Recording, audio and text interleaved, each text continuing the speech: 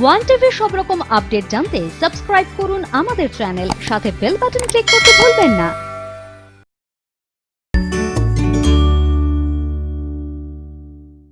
নমস্কার, সবাইকে কথা ও কবিতায় স্বাগত জানাই।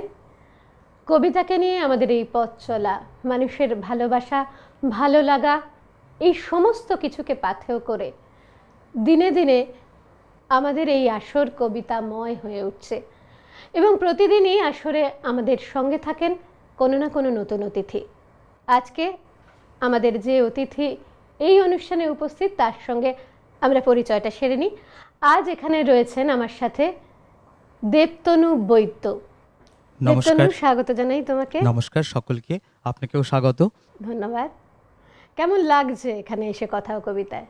কথা কবিতায় এসে একটা অন্য অনুভূতি আমার, এবং সেই ভিতরে যে একটা রোমাঞ্চকর ব্যাপার কথা কবিতায় এসে ঠিক ততটাই ফিল করছি বলতে গেলে। যেটা আমাদের মনের ভিতরে যে মনে হয় না যে আজকে একটা কবিতার ফ্লোরে যাচ্ছি, সেখানে কেমন কি করব পারফরমেন্স, তো সে একটা রোমাঞ্চকর বিষয়টা থেকেই যায়, এবং মানসিক দিক থেকে বা মনের দিক থেকে খুব একটা আনন্দ লাগার বিষয়। অবশ্যই তুমি এখানে এসছো তোমার কবিতাকে নিয়ে, তোমার একটা অন্যরকম রোমাঞ্চ হবেই। তবে কথা ও কবিতা কিন্তু আমাদের কাছে ব্যতিক্রম, বা কবিতা জগতের কাছেও কিছুটা ক্ষেত্রে আমরা দাবি করতে পারি ব্যতিক্রম। সেটা এই কারণে যে কবিতা নিয়ে ধারাবাহিক অনুষ্ঠানের কথা, আমাদের চারপাশে অনেক রকম মিডিয়া আছে, অনেক রকম জায়গা আছে কবিতা বলার, কিন্তু চ্যানেলে ধারাবাহিকভাবে কবিতাকে নিয়ে এবং দীর্ঘদিন এই পরিক্রমা বা এইভাবে অনুষ্ঠান চালানো, এটা কিন্তু প্রথম ভেবেছিল। একদম তাই, এবং সেটা চলছে চলছে এবং আনন্দের ধারাবাহিক। সাথে এটা বলতে পারি যে মানুষের ভীষণ অ্যাকসেপ্টেন্স রয়েছে এবং সেই প্রশ্রয়ে আমরা এগিয়ে যেতে পারি। হ্যাঁ, এবং মানুষের কাছে প্রচুর চাহিদা কথা কবিতার, ভীষণভাবে একদম। সেই ভালোবাসাটা আমরা পাই, সেটাই আমাদের সাহস, সেটাই মনোবল। তোমার কথাও শুনবো, কবিতা নিয়ে তোমার কথা শুনবো। শুরুতে একটা কবিতা শুনে নি। কবিতা অনুভূতি। কলমে দুর্গা বেরা। তোমার স্মৃতির মুহূর্তগুলো লালন করি সর্বক্ষণ, পাগলের মতো চালিয়ে যাই আমার অনুভূতির তুলি, আর দেখতে থাকি কেমন আছো তুমি। আমি আজও তোমার অনুভূতির প্রলেপে ক্ষত ঢাকা দিই, সারাই না কখনো। তোমাকে আমি বারবার বলি ভালো আছি, কিন্তু সত্যি বলতে কি মিথ্যে বলতে শিখে গেছি এখন।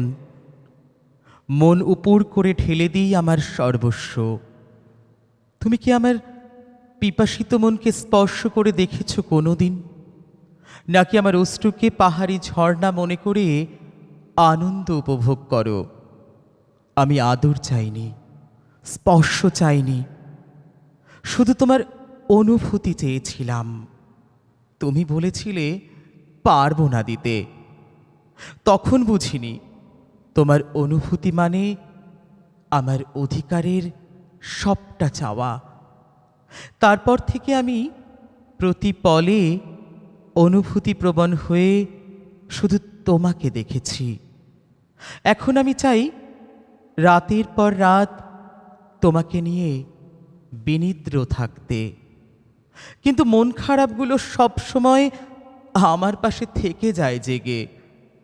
মাঝে মাঝে নিজেকে নির্বোধ মনে হয়। আচ্ছা, ভালোবাসলে কি নিথর হয়ে থাকতে হয়?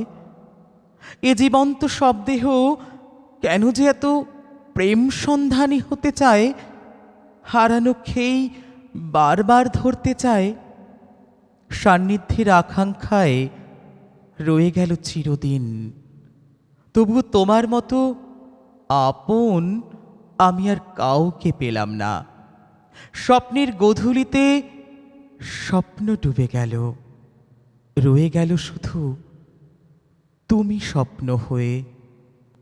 মনের আনাগোনায় আমি আজ জীর্ণ দেউল, আজ তোমার আর আমার পৃথক যাত্রা। তবু আমাদের বন্ধনহীন পথে আমরা গিঁট বেঁধে আছি, জোর খুলতে পারলাম না। একসাথে বৈতরণী পার হওয়ার আশায় হয়তো তোমার দুবাহুতে যেতে পারিনি ঠিকই, কিন্তু আমি তোমার অন্তরে প্রবেশ করেছি, কারণ আমি তোমাকে অনুভব করি। আজ আমার এটাও জানতে ইচ্ছে করে তুমি কি কারো হতে পেরেছো, বা যাকে পেয়েছো তাকে তোমার অন্তরে ঠাঁই দিতে পেরেছো, পেরেছো আমাকে তোমার মনের বাইরে ফেলে রাখতে। বড্ড জানতে ইচ্ছে করে। তার নাম উচ্চারণ করতে গিয়ে আমার নাম মনে পড়ে। ইতস্তত করো, তোমার মনে আমার নাম খোদাই করা আছে আজও। তুমি কি জানো, তোমার অনুভূতি দিয়ে আমি কাউকে ভালোবাসতে শিখেছি। আজ আমি তোমাকে ভুলে থাকতে পারি, কিন্তু তোমাকে ছেড়ে থাকতে পারি না। এখনো খুঁজি তোমার গন্ধ, তোমার স্পর্শ। এখন কিন্তু আমি পাল্টা ভালোবাসা খুঁজি না। হৃদয়ের সঙ্গে সঙ্গে হৃদয় মিলে গেলে আর ভালোবাসার খোঁজার দরকার হয় না। আমি জানি না কেমন করে চোখের কোণে বৃষ্টি এসে থমকে দাঁড়ায়, কেমন করে মিথ্যে চুম্বনের স্বপ্ন দেখি, কেমন করে তোমাকে ছাড়াই তোমার দুবাহুতে থাকি আমি, কেমন করে ভাবি আমি তোমার জন্যেই জন্মেছিলাম। ভয় একটাই, দিন শেষে যখন ওপারে ফিরব তখন কার কাছে ফিরব? খুব সুন্দর। ধন্যবাদ। তোমার এই যে কবিতাকে নিয়ে ভালোবাসা, সেটা কি ছোট থেকেই কবিতার প্রতি একদম ভালোবাসা? ছোটবেলা থেকেই মানে যখন আমার একটা বদ অভ্যাস ছিল, ছোটবেলায় আমাকে মা যখন খাওয়াতো, সব বাচ্চাদেরই যেমন মারা খাওয়ান, তো মা যখন খাওয়াতেন তখন আমি খেতে চাইতাম না। জোরপূর্বক আমাকে ওই ছড়া শুনিয়ে যেন ছড়া কম শুনিয়ে বাচ্চাদের করা হয়। একদম, এবং বেসিক্যালি বলতে গেলে আবৃত্তির টিচার বলতে গেলে আমার মা। তো অনেকেরই হয়তো শুরুটা সেভাবে হয়, মানে বীজটা বপন করে দেন একদম মায়। একদম। এবং আমার লাইফের ম্যাক্সিমাম পার্ট, পড়াশুনোর দিক বলুন আর আপনার কবিতা বা কালচারাল যে দিকগুলো আছে, সম্পূর্ণটাই আমার মা তৈরি করে দিয়েছে। হ্যাঁ, বাবা সাপোর্ট অবশ্যই, বাবা family সাপোর্ট না support করলে, হ্যাঁ লাগেই অবশ্যই অবশ্যই। বাবা সাপোর্ট আছে। কিন্তু ওই ছোটবেলা থেকেই ওই যে যে ঘুম পাড়ানি ছড়ার গান বা যে সমস্ত রকমের ছোটবেলা ছেলে ভোলানো গান যেগুলো আছে, বেসিক্যালি ওই থেকেই আয়ত্ত, এবং একটা অভ্যাসে পরিণত হয়ে গেছিল আমার, যে যেটা ওটা না শুনতে হলে, হবে। হ্যাঁ বুঝতাম কিনা সেটা বড় কথা নয়, কিন্তু ওই যে কানের মধ্যে একটা রেস্ট রয়ে যাচ্ছে। এখন দেখবেন বাচ্চারা ওই মোবাইল চালিয়ে দিলে ওই কার্টুন দেখছে বা ওই প্রোগ্রাম দেখছে কিছু একটা, ওরা খেয়ে নিচ্ছে, কি খাচ্ছে বুঝতে পারছে না। ঠিক আমাদের সময় তো আর ওরকম মোবাইলের যুগ ছিল না, তখন ওই মাদেরকেই বলতে হতো ছড়ার গান বা মিষ্টি গান এরকম। তো এটা তো ভালো লাগা হলো, তো কখন সিদ্ধান্ত নিলে যে কবিতাটাকে নিয়েই চলবো? তখন হয়তো বয়স আমার 16 বা 17। তার আগে থেকে কবিতার উপরে একটা ভালো লাগা ভালোবাসা আছে, কবিতা পাঠ করি, বিভিন্ন জায়গায় প্রোগ্রাম, বিভিন্ন স্টেজ পারফরমেন্স, কিন্তু যে কবিতাকে নিয়ে এরকম প্ল্যাটফর্ম বা এত দূর এগিয়ে যাব, সেটার ভাবনাটা 16 থেকে 17 বছর, মানে ওই মানে এগিয়ে যাওয়ার টিনেজারদের গল্পটা ইয়ারে। আমরা শুনবো আর একটু ভালো করে শুনবো, কিন্তু একটা বিরতির সময় হয়ে গেছে, বিরতির পর ফিরে এসে আমরা এই গল্পে যাব। আচ্ছা, একদম। আর আমাদের দর্শকদের উদ্দেশ্যে আমাদের ফোন নম্বরটি জানিয়ে রাখছি, 9433531731। এই নম্বরে কথা ও কবিতায় আপনারা যোগাযোগ করতে পারেন। আর আমরা ফিরে আসছি ছোট্ট একটা বিরতি নিয়ে, কোথাও যাবেন না, সাথে থাকুন কথা ও কবিতার।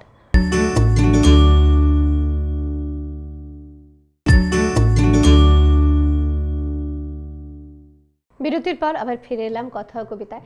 আমরা গল্পে ছিলাম, মানে কবিতার গল্প, জীবনের গল্প।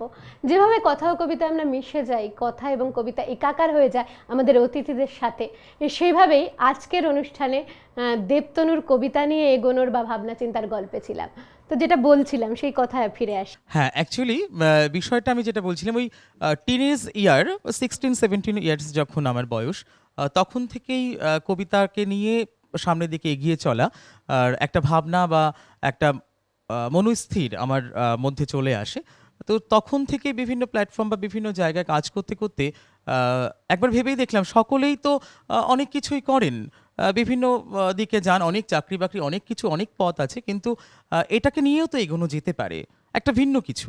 সম্পূর্ণ ধারাটা এরকমই, যে আমার মনটাই চেয়েছিল কবিতাকে নিয়ে বাঁচি, এটা হচ্ছে ব্যাপার। আর আগের কবিতা একটা কথা বলা হয়নি, আগের কবিতাটার ক্ষেত্রে যেটা বললাম আমি, ওই কবিতার ক্ষেত্রে একটা সারমর্ম আছে, যে কিছু প্রেম হয়, যে প্রেমগুলো ছেড়ে যাওয়ার পরেও ভালোবাসা থেকে যেতে পারে। একদমই তাই, যে কবিতার সাথে মনের বাঁধনটা হয়ে গেছে। যতই চেষ্টা করেছি যে না দূরে থাকি, কিন্তু ঠিক ঘুরে ফিরে সেই জায়গাতেই এসেই আমার আবার দাঁড়াতে হয়েছে। এবং একদম তাই। কবিতার বহু জায়গা এখনো রয়েছে যেখানে কাজ হয়নি, সেরকম নতুন ভাবে ভাবনা, নতুন কিছু বা বাচিক জগতের প্রচুর কাজ করবার জমি রয়েছে, যেখানে নানান রকম চিন্তা ভাবনার কাজ হচ্ছে এখন। তো সেইভাবে তো সত্যি এটা শিল্প হিসেবে এবং পেশা হিসেবে আগামী দিনে আরো ভালোভাবে এগোতে পারে। আমরা একটা কবিতায় যাই এবার। হ্যাঁ, পরবর্তী কবিতা শুধু তোমারই জন্য, কলমে রমা চোংদার। প্রতিক্ষণের প্রত্যাশাতে সঙ্গী ছিল আবেগ, বৃষ্টি ঝরার কথা শোনাতে সামনে হাজির মেঘ। নজর ছিল আসার পথে, ছিল না নজরানা, মিলল হৃদয় আচম্বিতে, চোখ যেন সরে না। সুখ শান্তির ক্লান্তি নিয়ে উড়ে বেড়ায় মন, ফাগুন মেখে প্রেমের শাখে দুলছে সারাক্ষণ। খুঁজতে খুঁজতে চোমার চোখে খোঁজ মিলল যেই, বলল গোলাপ পাপড়ি মিলে মনের খবর নেই। শিমুল পলাশ নিজের হাতে রং লাগালো গালে, বউ কথাকাও ডাকছে পাখি শালপিয়ালের ডালে। তোমার এই যে কবিতা নিয়ে ভাবনা চিন্তা বা বাচিক ক্ষেত্রের অনেক জায়গায় তুমি অনেক রকম কাজ করছো, তো কিছু কিছু আর্ট গ্যালারিতে তোমার কবিতা একদম। বাজায়, একদম। তো সেটা কিভাবে হলো আর কি, সেটা বা কবিতাটা কিভাবে ব্যবহার হচ্ছে ওখানে, আচ্ছা, সেটাও ওখানে জানবো। বিষয়টা যেটা হয় সেটা হচ্ছে আর্ট গ্যালারিতে যেমন ব্যাকগ্রাউন্ড মিউজিক দেওয়ার পরে, বা ধরুন যে গ্যালারিগুলোতে আর্টের কালেকশনগুলো থাকে সেখানে যখন একটা রিদিম বাজে, এমনি সময় আমরা শুনি না যে একটা রিদিম কখনো ইউজ হালকা হচ্ছে, একটা কখনো হালকা music। মিউজিক হচ্ছে। সেখানে কি হচ্ছে, প্রেক্ষাপট অনুযায়ী যিনি শিল্পী, যিনি আঁকছেন, ওই লেখাটা বা আমি যেটা বলছি, যেটা বলবো উনি সেটাই আঁকবেন। তো এরকম ভাবে যে ছবিটা আছে সেই ছবি পারপাস বা সেই পিকচারটার উপরে ভিত্তি করে আমাকে বলতে হবে। আচ্ছা, ফলে আমি সেটা রেকর্ডেড হয়ে ওখানে রেকর্ডেড হয়ে বাজে। ওখানে বাজছে। যে ছবিগুলো আছে, ধরুন একটা ঘরে দুটো ছবি, হুম, আর্ট গ্যালারিতে যেরকম যদি এরকম ভাবে আমরা প্রদর্শনী করে থাকি বা দেখে থাকি, ধরুন এরকম আছে, বা অনেকটা আমরা দেখেছি অনেক হল ঘরে অনেকগুলো ছবি একসাথে, তো সেক্ষেত্রে টোন দিয়ে ম্যাচ করে দিয়ে দিচ্ছেন। কিন্তু যখন একটা ছবি পারফেক্টলি দেখছেন ইন্টারন্যাশনাল আর্ট গ্যালারিতে, তখন ওই আমার ওই যে কথাগুলো আমি বলছি সেটার উপর ভিত্তি করেই ছবিটা আঁকা, ফলে মানুষের কাছে পৌঁছচ্ছেও খুব তাড়াতাড়ি হয়তো। সত্যি তো কবিতা এরকম ভাবে ব্যবহার হতেই একদম পারে, একদম। এটা একটা নতুন দিক অবশ্যই। একদমই তাই। আচ্ছা, আরেকটা কবিতা শুনি তাহলে। হ্যাঁ, পরবর্তী কবিতা বেকার ছেলেটার সাথে যুক্ত মেয়েটার ভাগ্য, কবি গৌরব চক্রবর্তী। সব মেয়েরা সুবিধাবাদী হয় না, সব মেয়েরা নিজে ভালো থাকার জন্য ভালোবাসে না। হ্যাঁ, নিজের ভালোবাসার মানুষটার পাশে তার প্রতিষ্ঠিত হওয়া অবধি থাকে অনেকেই, কিংবা থাকতে চেয়েও হেরে যেতে হয় কাউকে কাউকে। কারণ প্রতিটা প্রেম যে একই রকম প্রত্যাশা নিয়েই শুরু হয়, কিন্তু প্রেমটাকে বিয়ে পর্যন্ত নিয়ে যাওয়ার লড়াইটা হয়তো সবাই লড়তে পারে না। হ্যাঁ, লং ডিস্টেন্স রিলেশনশিপে থেকেও বহু মেয়ে বছরের পর বছর তার ভালোবাসার বেকার ছেলেটার পাশে থাকে। হ্যাঁ, তাদের একসাথে পথ চলা হয় না, দামি রেস্টুরেন্টে খাবার খাওয়া হয় না, হাত বাড়ালেই ছুঁয়ে দেখা হয় না, দামি দামি গিফট পাওয়া হয় না, মন খারাপের দিনে তার বুকে মাথা রেখে কাঁদার শান্তিটুকুও পাওয়া হয় না তাদের। তবুও মনে আস্থা আর বুকে অসম্ভব ভালোবাসা নিয়েও তারা থাকে। তারা থেকে যায় বছরের পর বছর, পরিবারের চাপ, সমাজের চাপ, সব বোঝা বহন করে নিয়েও অপেক্ষায় থাকে কবে একটা টেলিফোন বেজে উঠবে আর ওপার থেকে একটা কণ্ঠস্বর ভেসে আসবে, চাকরিটা আমি পেয়ে গেছি বেলা শুনছো। হ্যাঁ, প্রতিটা দিন, প্রতিনিয়ত এরকম হাজারো বেলাবোস অপেক্ষায় বসে থাকে তার প্রেমিকের চাকরির। তবু কিছু মেয়ের অত্যাধিক লোভ, লালসা আর পয়সার প্রতি মোহে সমস্ত মেয়েকে স্বার্থপরতার তকমা নিতে হয়। সব মেয়েরা বাইক আর মোটা মানিব্যাগ দেখে ভালোবাসে না বস। বহু বেকার ছেলের সফলতার পেছনে দীর্ঘদিনের ঘাম ঝরানোর পরিশ্রম চোখে পড়ে ঠিকই, কিন্তু ওদের প্রেমিকার চোখের কালিরটা চোখে পড়ে না কারোর। ওরা বুক ফেটে গেলেও মুখ ফুটে বলে না যে কখনো। এরকম ভালোবাসার হাত যার কাঁধে আছে সে ছেলে তো সফল হবেই। আর জীবনে সফল হওয়ার পর তোমার জন্য সমস্ত সমাজের ঘাত প্রতিঘাত সহ্য করে অপেক্ষা করা মেয়েটাকে ভুলে যেও না। হ্যাঁ, বেকার ছেলেটার সাথে যুক্ত মেয়েটার জীবন বা ভাগ্য সাফল্যের পর সেই স্ত্রী হওয়ার যোগ্য। রূঢ় বাস্তব, সে বাস্তবের চিত্র এই কবিতাতে। একদম। আমরা কবিতা শুনছি, আর একটা বিরতির সময় হয়ে গেছে। বিরতিতে যাবার আগে আমাদের ফোন নম্বরটি আরেকবার আপনাদের জন্য 9433531731-এ ফোন করতে পারেন কথা ও কবিতার জন্য, কথা বলার জন্য। বিরতি নিয়ে ফিরে আসছি এক্ষুনি, কোথাও যাবেন না, সঙ্গে থাকুন কথা ও কবিতার।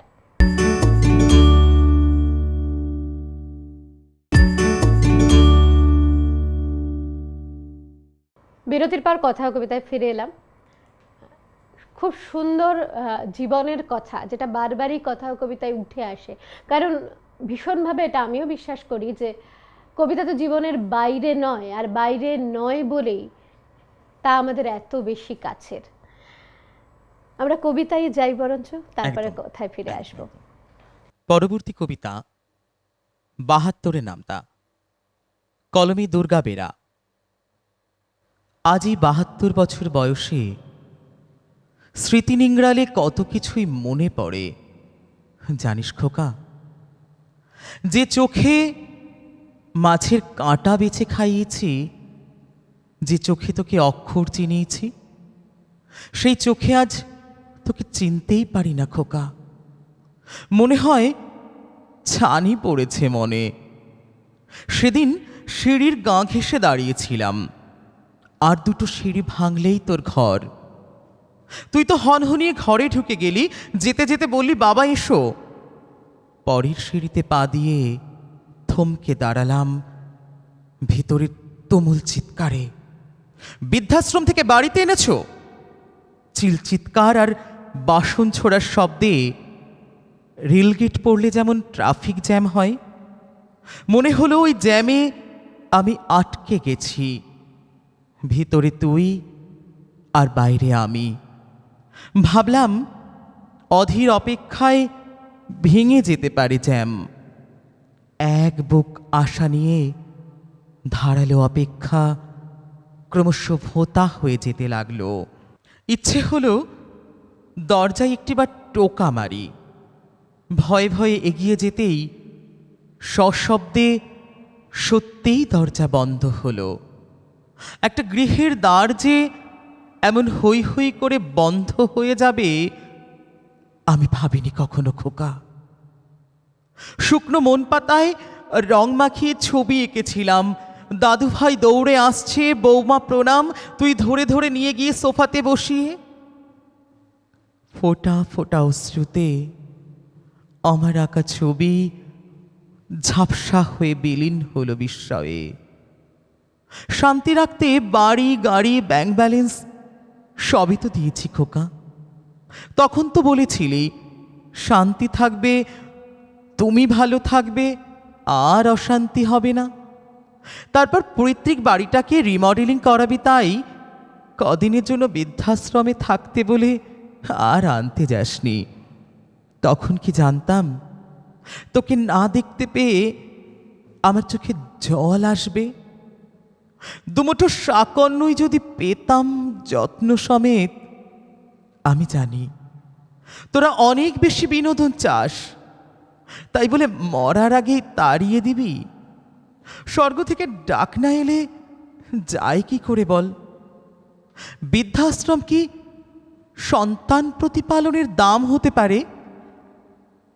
সেদিন কেন যে বিকেলে তোর মা হুশ করে চলে গেলেন আজ বুঝি গৃহপালিত স্ত্রীর কত প্রয়োজন।